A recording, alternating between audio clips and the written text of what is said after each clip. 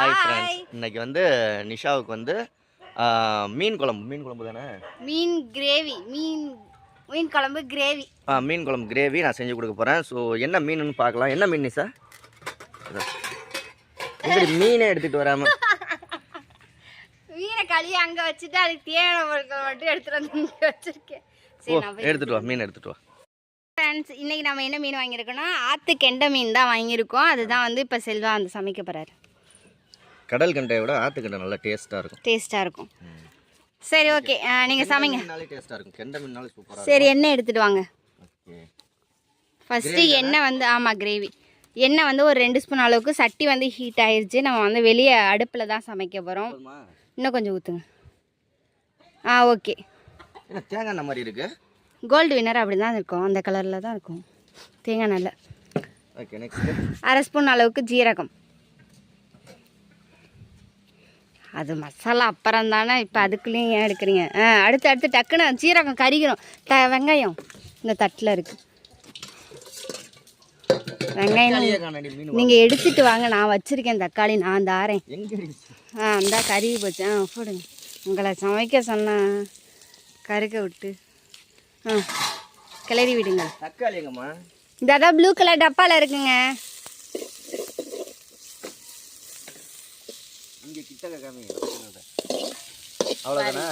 எப்படி கருக வச்சிருக்காங்க. ஜீரகம் நல்லா பொன்னிறமாக வந்து வதக்கணும். மீன் குழம்புக்கு வெந்தயம் போட்டால் தான் நல்லாயிருக்கும்.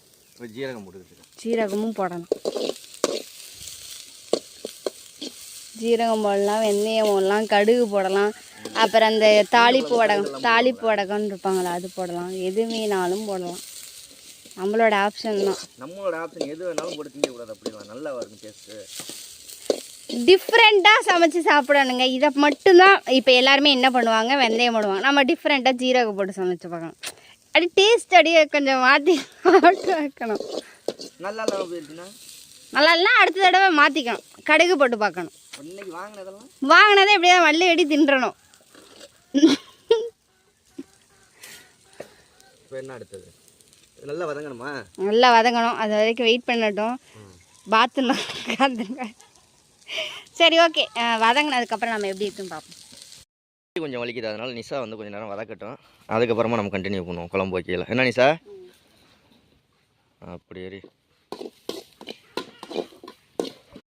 வந்து இந்த மாதிரி கையில் வந்து பிணைஞ்சு வச்சுக்கணும். இல்லைன்னா நீங்கள் மிக்சியில் போட்டு அரைச்சிடுங்க. எங்கள் வீட்டில் வந்து கொஞ்சம் சடவுன் ப்ராப்ளம். அதனால் வந்து நாங்கள் மிக்சியில் அரைக்கலை. அதனால் கையிலேயே நான் வந்து 2 தக்காளியை வந்து நல்லா பிழிஞ்சு வச்சுருக்கேன். அதை இது பண்ணிடுவோம். புளிஞ்சு வைக்கல, பிணைஞ்சு வச்சுருக்கேன். புளிஞ்சும் சரி பிணைஞ்சும் சரி, ரெண்டும் ஒரே வேடு தான். ரெண்டும் ஒரே இது தான். சரி, புளிஞ்சுனா என்ன, பிணைஞ்சுனா என்ன சொல்லுங்க பாப்பா. ஆரஞ்சு பழம், எலுமிச்சம் பழத்தையெல்லாம் என்ன செய்வேன்? பிணைவியா புளிவியா? புளிவேன். தக்காளியா பிணைவேன். நம்ம என்ன கொஸ்டின் கேட்குறோமோ அதுக்கு ஆன்சர் கரெக்டாக வச்சுருப்பாரு செல்வம்.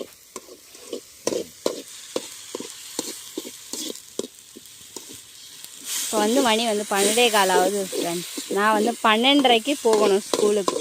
தனி சாப்பாடு எடுத்துகிட்டு அதுக்குள்ளேயும் செல்வா வந்து சமைக்கணும்.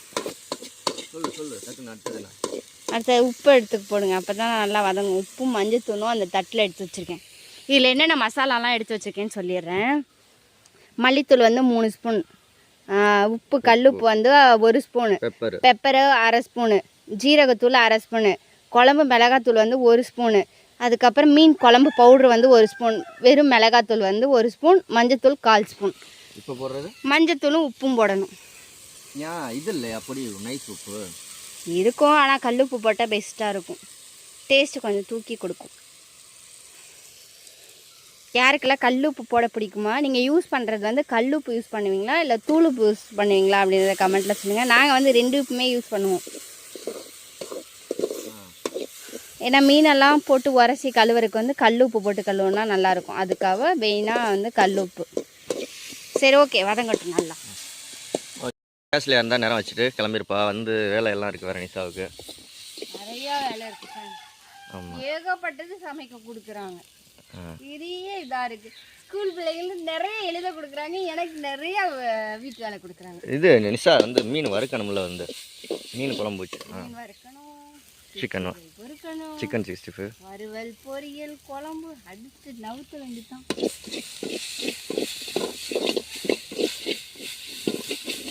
என்ன ரெடியா? அடுத்து நீங்கள் தான் போடணும். ரெடியாக என்ன கேட்டுட்டு இருக்கீங்க? நான் போடுறதுக்கு ரெடி, நீ ரெடியா முதல்ல? கொடுங்க, இஞ்சி பூண்டு பேஸ்ட் போடுங்க.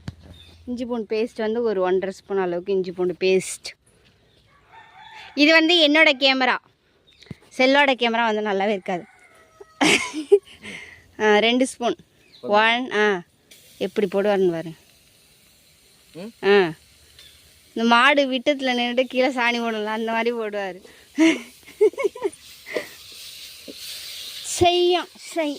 சரி ஓகே, இதை நம்ம வந்து மூடி வச்சிடலாம். மூடி வச்சுட்டு மசாலாவை எடுத்து கொடுத்துருவோம்.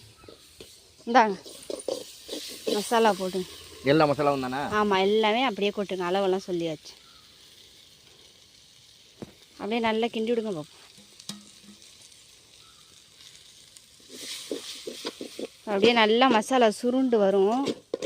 வந்தோடனையும் ஒரு சின்ன சைஸு நெல்லிக்காய் இருக்கும்ல, இவ்வளோ தான் இருக்கும் நெல்லிக்காய். அந்த சைஸு நெல்லிக்காயை வந்து கரைச்சி, தண்ணி தான் ரொம்ப நிறைய வச்சுருக்கோம், அந்த தண்ணி வந்து சேர்த்துக்கலாம் தாங்க. அடுத்ததாக இந்த புளி தண்ணி லைட்டாக தான் புளி இருக்கணும். ஓகே, ஊற்றியாச்சு. இப்போ இது வந்து கொதி வரட்டும். கொதி வந்ததுக்கப்புறம் தான் நம்ம வந்து மீனை போட போகிறோம். ஏன்னா ஃபஸ்ட்டே மீன் போட்டோம்னா மீனெல்லாம் கரைஞ்சி போயிடும். அதனால் நல்லா கொதி வரட்டும். எப்படி இருக்குன்னு பார்ப்போம். குழம்பு இப்போ நல்லா கொதிச்சிருச்சு. நிஷா வந்து தர்ணேஷுக்கு சாப்பாடு கட்ட போயிருக்கா, வெள்ளை சாப்பாடு. குழம்பு கொதிச்சிருச்சு, மீனை போட்டுடலாம் அப்படின்ட்டு. போட்டுடலாமா என்னன்னு தெரியல, வரோம் கேட்டுக்கிட்டே போடுவோம்.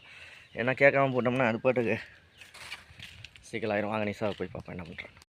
ஓகே, தர்ணேஷுக்கு சாப்பாடு கிடையாச்சு. நெக்ஸ்ட்டு வந்து மீனை போட்டுட்டு கொதிக்க வச்சுட்டு எடுத்துகிட்டு போகலாம். இப்போ நல்லா கொதிச்சிச்சு. இப்போ வந்து செல்வா அந்த மீன் போட்டுடலாம். அது வந்து வறுக்கிறதுக்கு தனியாக வேறு மீன் வாங்கியிருக்கு. அது என்ன மீனுன்னு தெரியல. இது கெண்டை மீன். இது எத்தனை கிலோ? இதுவா 1 கிலோ. 1 கிலோ வறுக்கிறதுக்கு அது தனியாக. அது 1/2 கிலோ.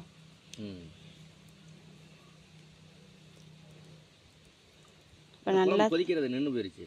அதான் மீன் போடவும் நின்று போயிடும். அதுக்கப்புறம் நல்லா தலைன்னு அதுக்கப்புறம் கொதிச்சிடும். ஓகே ஃப்ரெண்ட்ஸ், இது மாதிரி நீங்கள் எதுவும் ட்ரை பண்ணிடாதீங்க. ஆமாம், நாங்கள் சும்மா சமைச்சோம்.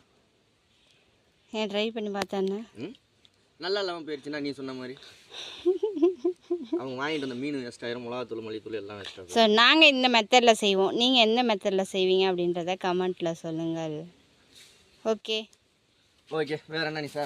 வேறு அவ்வளோதான். குழம்பு சூடாகவும் தரணீஸுக்கு நிஷா வந்து சாப்பாடு எடுத்துக்கிட்டு போய் எங்கே கரண்டி எல்லாம் கொண்டு போயிட்டீங்க? யார் கொண்டு போனது?